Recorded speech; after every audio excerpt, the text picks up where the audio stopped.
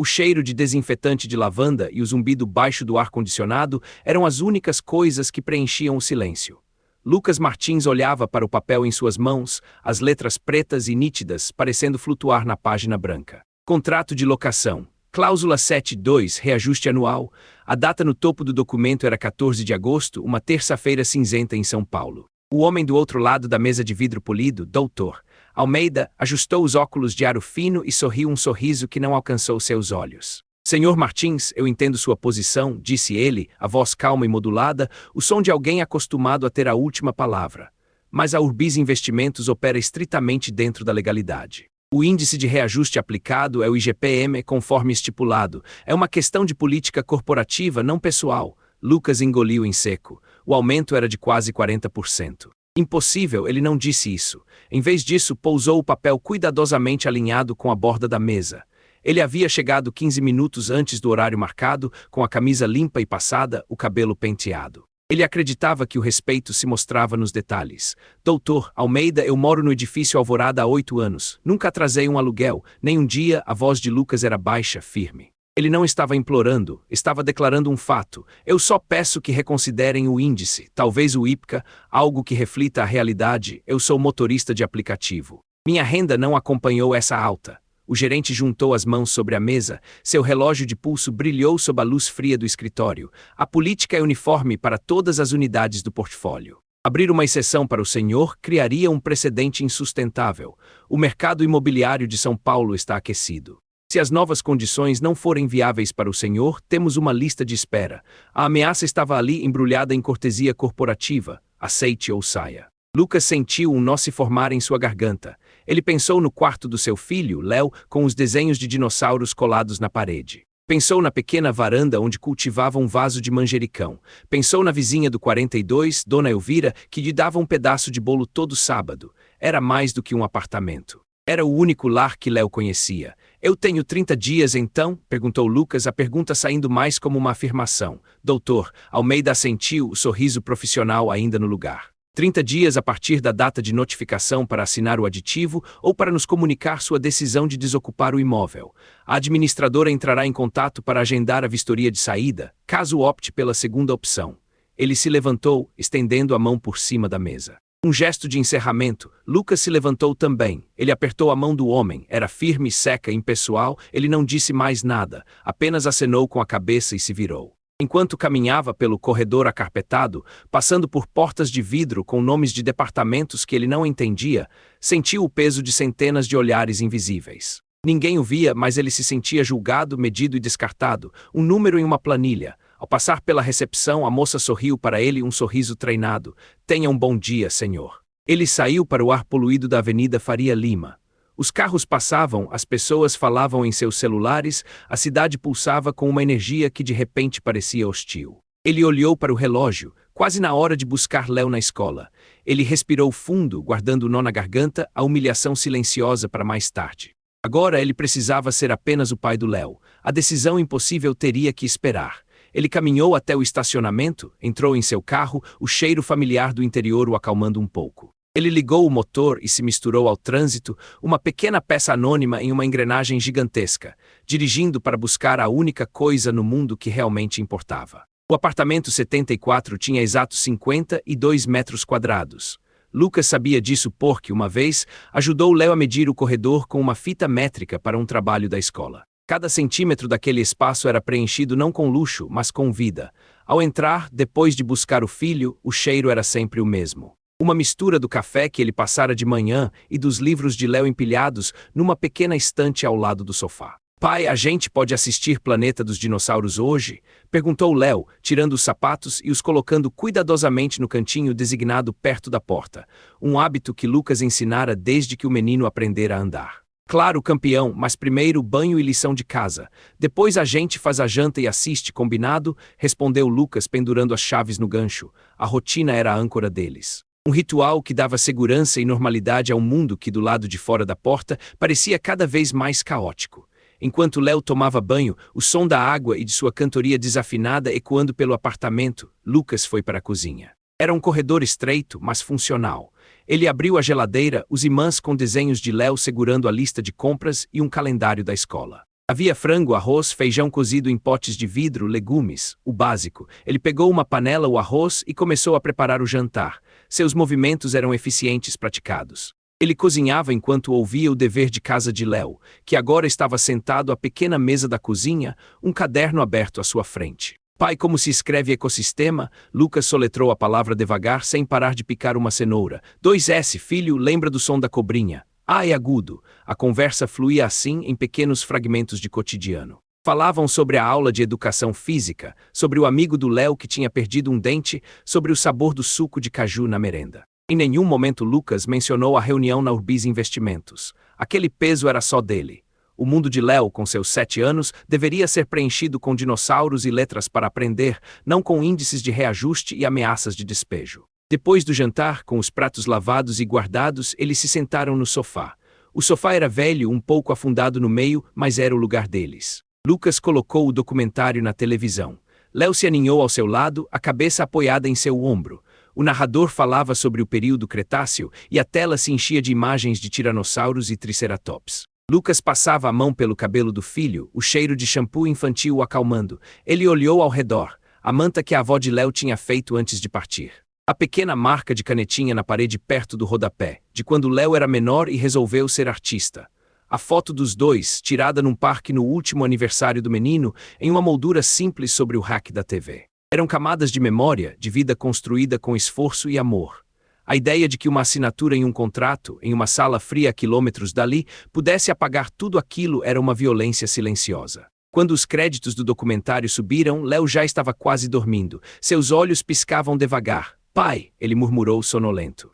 Oi, filho, o T-Rex era o mais forte, né? Lucas sorriu. Era sim, campeão, o mais forte de todos. Ele pegou o filho no colo. Léo era leve, mas estava crescendo. Logo não caberia mais assim. Lucas o levou para o quarto, a luz do corredor iluminando o caminho. Colocou na cama, o cobriu com o edredom de foguetes e deu um beijo em sua testa. Ele ficou ali por um instante, apenas observando a respiração tranquila do filho. Aquele era seu centro, sua razão. Ele apagou a luz do quarto e fechou a porta devagar. De volta à sala, o silêncio era diferente, mais pesado. Ele se sentou à mesa da cozinha, abriu o notebook e começou a pesquisar. Aluguel apartamento 2 quartos Zona Leste. Os preços que apareceram na tela fizeram o nó em sua garganta voltar. Tudo era mais caro, mais longe, mais precário. Ele abriu outra aba e digitou o nome da empresa, Urbis Investimentos. Viu fotos do céu em colunas sociais, notícias sobre aquisições milionárias. Eram mundos diferentes. Um mundo de números e portfólios, e o seu, de 52 metros quadrados e cheiro de shampoo de criança. Ele fechou o notebook. Por aquela noite já bastava. Amanhã ele acordaria às 5, faria o café, levaria Léo para a escola e ligaria o aplicativo. Ele faria o que sempre fazia, trabalhar. E de alguma forma encontraria uma solução. Ele tinha que encontrar. Os dias seguintes se desdobraram em uma tensão surda. A normalidade da rotina era a mesma, mas havia fissuras finas, quase invisíveis, começando a aparecer. Lucas se pegava olhando para os cantos do apartamento com uma nostalgia antecipada, como se já estivesse se despedindo.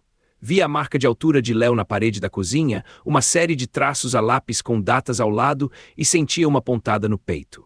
Certa manhã, enquanto esperava o elevador com Léo, encontraram Dona Elvira do 42. Seus olhos, normalmente brilhantes, pareciam cansados. Bom dia, Lucas. Bom dia, meu anjo, disse ela, afagando a cabeça de Léo. Bom dia, Dona Elvira. Tudo bem com a senhora? Respondeu Lucas. Ela suspirou, um som que carregava o peso de uma noite mal dormida. Mais ou menos, meu filho. Recebeu a cartinha da Urbis também, não foi? Lucas apenas assentiu, não precisava de palavras. Um absurdo, ela continuou a voz baixa, quase um sussurro. Moro aqui há 25 anos. Criei meus filhos neste prédio. E agora, querem que eu me mude para onde com a minha aposentadoria? Meu neto tentou ligar lá falar com alguém. Disseram que é a nova política de valorização do ativo. Valorização do ativo, eles falam da nossa casa como se fosse uma ação na bolsa. O elevador chegou, a porta se abriu. A conversa morreu ali, mas a sensação de impotência compartilhada permaneceu no ar.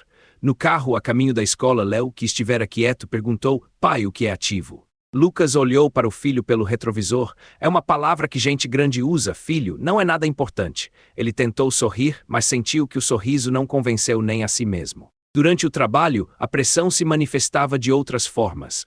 Cada notificação do aplicativo de corridas vinha com um cálculo mental imediato. Essa corrida paga X, faltam Y para a meta do dia, que ainda não é suficiente para o novo aluguel.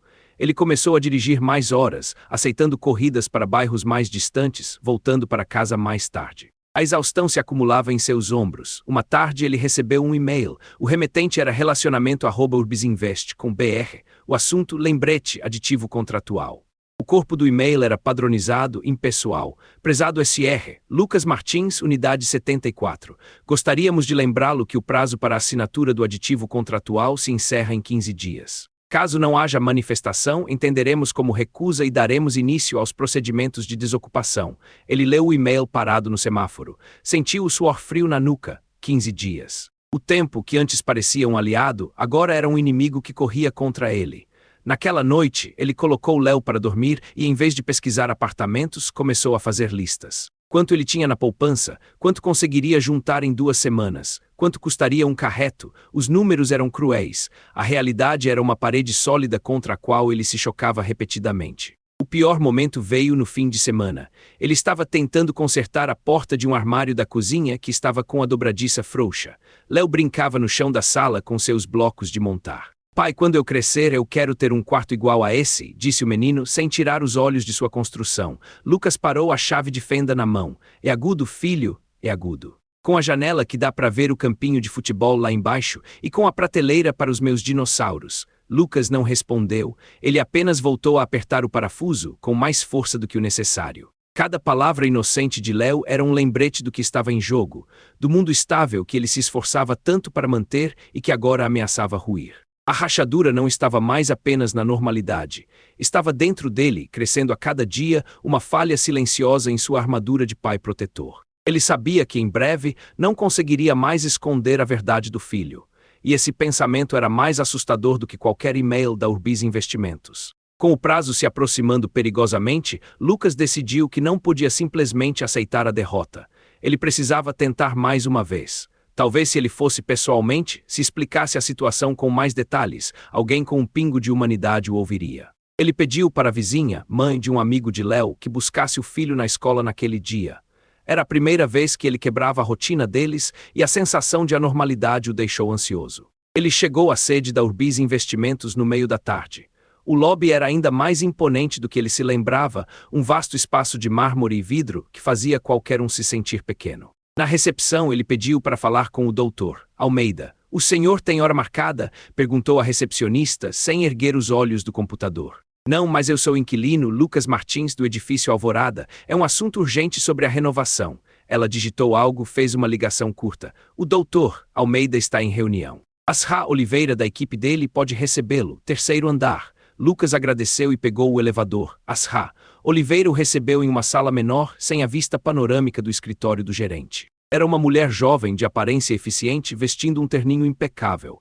Ela tinha a pasta dele aberta sobre a mesa. SR Martins, disse ela com um aceno de cabeça em vez de um aperto de mão. O doutor Almeida me passou o seu caso. O senhor está aqui por causa do reajuste, correto? Isso, eu queria ver se não há mesmo nenhuma possibilidade de negociação. Qualquer ajuda, qualquer percentual menor, eu sou um bom inquilino. Ela folheou os papéis em sua pasta. Seu histórico é impecável, SR Martins. Nós notamos isso. A frase soou como um elogio vazio, uma formalidade antes da sentença. No entanto, como o doutor Almeida já deve ter explicado, a nova diretriz da empresa é a de equalizar os aluguéis de todo o portfólio ao valor de mercado atual. O seu contrato estava muito defasado. O reajuste, na verdade, ainda deixa sua unidade com um valor competitivo. Ela falava com a calma de quem repete um roteiro. Não havia emoção nem empatia, apenas fatos e políticas. Sra. Oliveira, eu tenho um filho de 7 anos. Mudar agora, no meio do ano letivo? Ele começou, mas a voz falhou. Ela o interrompeu não com grosseria, mas com uma firmeza polida. Eu entendo as dificuldades pessoais, senhor, de verdade, mas a nossa análise é puramente financeira. A Urbis é uma empresa de investimentos, não uma instituição de caridade. Temos responsabilidades com nossos acionistas. Acionistas. A palavra pairou no ar. Pessoas que ele nunca veria, cujos rostos ele nunca conheceria, estavam decidindo o destino de sua família a partir de uma sala de reuniões. Aquele foi o primeiro golpe. A constatação final e brutal de que ele não estava lidando com pessoas, mas com um sistema. Um sistema para o qual ele e seu filho eram apenas uma linha em um balanço financeiro, um ativo que precisava ser valorizado. Ele se levantou, sabia que não havia mais nada a ser dito. Qualquer outra palavra seria inútil, seria se humilhar, e ele não faria isso. Obrigado pelo seu tempo, Sra. Oliveira, o senhor tem nosso e-mail para comunicar sua decisão final, disse ela, já se voltando para a tela do computador. A audiência estava encerrada. Lucas saiu do prédio e ficou parado na calçada. O sol da tarde batia forte em seu rosto, mas ele sentia um frio por dentro. A esperança, por menor que fosse, tinha se extinguido. Agora restava apenas a realidade dura e o relógio correndo. Ele pegou o celular para checar as horas e viu uma notificação do aplicativo de mensagens.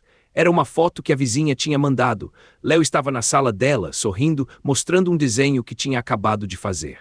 Um dinossauro roxo com asas, aquele sorriso, aquele mundo de fantasia e segurança que ele construíra para o filho. Lucas sentiu uma onda de fúria e impotência. A raiva não era contra Sra. Oliveira ou o doutor Almeida, eles eram apenas funcionários. A raiva era contra a frieza, contra a lógica desumana que transformava lares em ativos e famílias em números. Ele respirou fundo, guardou o celular e começou a andar. Ele não sabia para onde ia, apenas precisava se mover, colocar distância entre ele e aquele prédio de vidro que representava o muro intransponível que se erguera em sua vida. O cerco se fechou nos dias que se seguiram. A cada manhã, a primeira coisa que Lucas via ao acordar era a notificação do calendário em seu celular, prazo final Urbis. A mensagem pairava sobre ele como uma nuvem escura. Ele intensificou sua busca por um novo lugar, passando as madrugadas em claro, navegando por sites de imóveis. As opções eram desoladoras. Apartamentos menores em bairros mais perigosos, com aluguéis que ainda consumiam uma fatia gigante de sua renda.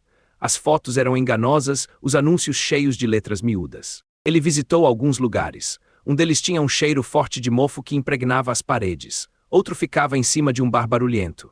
Em um terceiro, o proprietário olhou de cima a baixo e, ao saber que ele era motorista de aplicativo, pediu 3 meses de depósito, mais um fiador com 2 imóveis em São Paulo. Era uma humilhação silenciosa a cada porta fechada, a cada exigência impossível.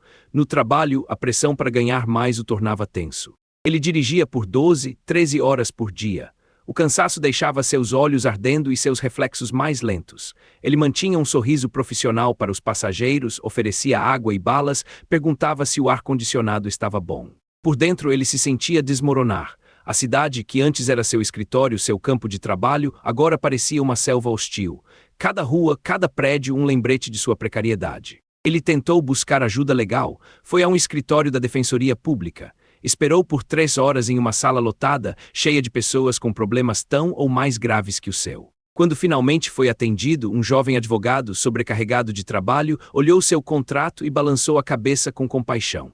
Sr. Martins, o contrato é padrão. A cláusula de reajuste pelo IGPM é legal. O que eles estão fazendo não é ilegal, é apenas agressivo, disse o rapaz. Poderíamos tentar uma ação revisional, mas isso levaria meses, talvez anos, e não a garantia de vitória. Enquanto isso, eles podem pedir o despejo por quebra de contrato se o senhor não pagar o novo valor. Mais uma porta fechada. O sistema era uma fortaleza e ele não tinha as armas para lutar. Apesar de tudo, ele se apegava à sua dignidade. Ele não se queixava com os vizinhos, não demonstrava seu desespero para Léo. Mantinha o apartamento limpo, as contas em dia, a comida na mesa. Sua resistência não era em gritos, mas no silêncio de suas ações, em passar a camisa de Léo todas as manhãs. Em ler uma história para ele antes de dormir, mesmo que seus olhos estivessem se fechando de cansaço.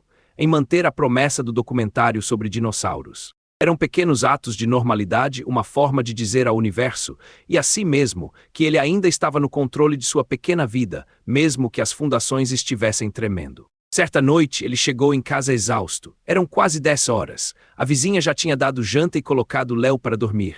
Ele entrou no apartamento silencioso e encontrou um bilhete na mesa da cozinha, ao lado de um prato coberto com papel alumínio. Lucas, deixei um pouco de lasanha para você. O Léo foi um anjo. Beijos, Sandra. Ele se sentou e comeu a lasanha fria, direto do prato. O gesto de gentileza da vizinha quase o fez chorar. Era um pequeno farol de humanidade em meio à frieza que o cercava.